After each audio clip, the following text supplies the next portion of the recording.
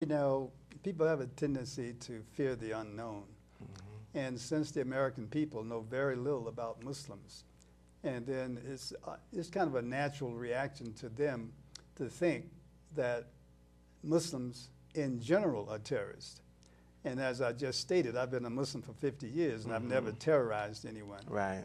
The Nation of Islam has been in existence since 1930, and we don't have any history of terrorizing anyone. So I think they're trying to paint all Muslims with the same brush to put a stigma on us that we are terrorists and we are a threat to the government of the United States of America. Right. And nothing could be further from the truth. I mean, we were born here. We love this country. And so as a Muslim in the Nation of Islam, we would never do anything or allow anyone to do anything to bring about any kind of destructions in our homeland. But the reason I feel is because through fear, the government feel that they can stay in power and they can control the people, and at the same time take away some of the civil liberties that the citizens have. You know, so we're actually going to be like become like a police state, as I heard Malcolm X say back in the 60s, that America would become a police state. Absolutely. And I see that's on the horizon, and so I think this is why the government is involved in this, because they really want to control the thinking, you know, and the actions of the people. Right. And doesn't it speak, man, I agree with you, you know, 1,000%. And doesn't it speak to the hypocrisy of the American government when they talk about passing anti-terrorism legislation when, you know, it was just a few short years ago when you had night riders riding through the South terrorizing black people. It wasn't but a couple years ago that they took our brother James Byrd and drug him behind the truck and decapitated him. I mean, not to mention the Jenna 6 and all of these different instances where black people are being terrorized by whites. But they don't talk about anti-terrorist legislation when it comes to that. Yes, sir. Well, we could recite the devastation that Timothy McVeigh brought about in the bombing of the federal building in Oklahoma City. I don't think they ever classified him as a terrorist. Right. You know, and since he was American, I'm sure he was a homeborn terrorist, definitely. if you want to use that definition. You know. Definitely. All right, I want to read something else here, and then I'll ask you about it. This is what one Muslim activist writes. It says, "We don't need this law nor the Patriot Act. This is really Congress giving the executive branch, once again, the extraordinary powers of intervention," said Imam Mahdi Bray of the Muslim American Foundation in Washington, D.C.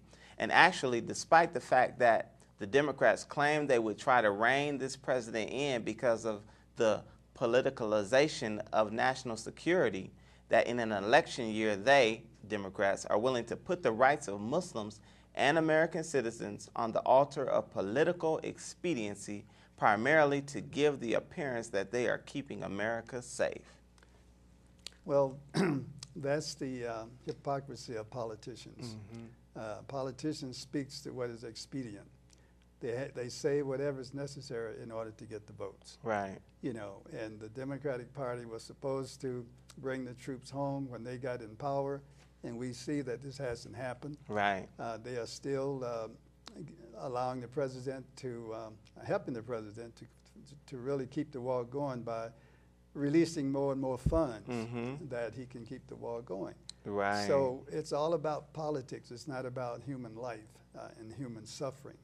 And this is the thing that we have to be concerned about. We need more religious people rising to the occasion because we're supposed to be concerned about the human being and the welfare of the human being. And therefore, we need to be speaking out about this terrorism act that's being passed that is going to affect not only minorities, but it's going to affect whites as well. You know, so we really need to rise up and speak out against that like we did during the Vietnamese War back in the 60s. Right. Yes, sir. Now here's another Los Angeles-based activist, what they said, named Dedan Kamathi. Says warns blacks need to be concerned about the homegrown terrorism bill. blacks have historically suffered from terrorism sanctioned by the U.S. government, he observed. With the rise of young people, with the Gen 6 protests and major demonstrations against police brutality and racist symbols like the hangman's noose, it's an attempt to intimidate young people from political activism. As we see the rebirth of the student and youth and challenges to racist, repressive legislation, we're seeing the discriminatory application of laws, especially against young black males, he warned. And then it goes on to say, much of the youth's political activism regarding Gen 6 occurred by use of the internet. And this bill that they passed noted that the internet is a vehicle for radicalization. Now, Yes, speak to that. Well, you know, like you said, like you alluded to earlier about James Byrd, you know, in my lifetime, I was around in 1955 Yes, sir. when a young black man, Emmett Till, went up from Chicago and went to Mississippi, and he supposedly had whistled at a white woman. And because of him whistling at a white woman, then they formed a mob and took this young man and hung him in 1955.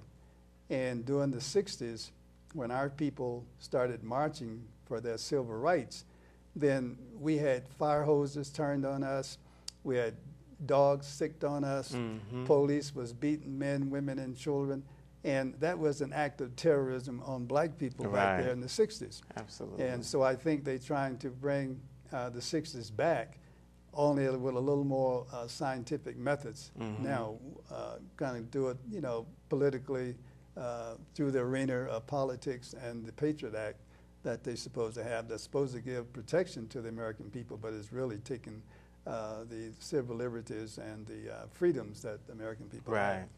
Absolutely. Now, what do you make of them using that word, you know, just radicalization in reference to the internet, and really even in the language of the act, the Violent Radicalization and Homegrown Terrorism Prevention Act? Yeah, well, see, these are words that's supposed to excite the people, you know, to rise up against these vicious people. You know, when you're talking about radicalism, and you know, they used to say that Muslim was haters and that we were racist and that sort of thing. You know, if I have the power to put a label on you and to project that label, then I can make the people feel any way I want to about you. Right. And because the government has power, the press has power, then they can make us look any way they want us to look. Right. You know, and this is the thing that we have to be concerned about, that we don't be painted by somebody else's brush to who and what we are. Right. Absolutely.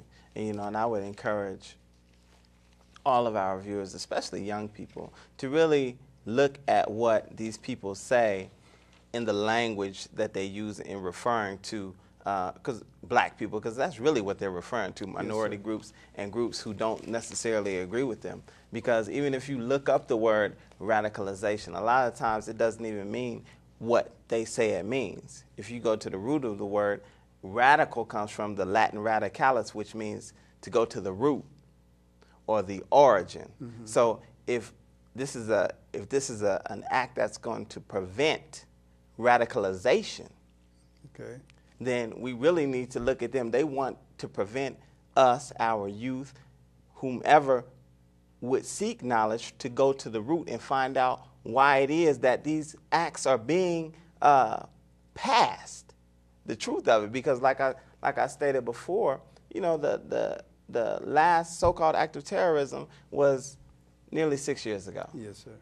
And so, and if we look at America and its security, it stands to reason that if someone wanted to commit an act of terror, they could do it any day, at any time, because you got so much freedom to walk about. Right. But it just lends more credibility to the argument of those who say that 911 was really something that was launched by the government for their own express wicked and evil purposes. So, I mean, that's something that we definitely need to keep in mind, you know, as students in this life, which we all should be. Well, this is very true, you know, that the old saying that people who fail to learn the lessons of history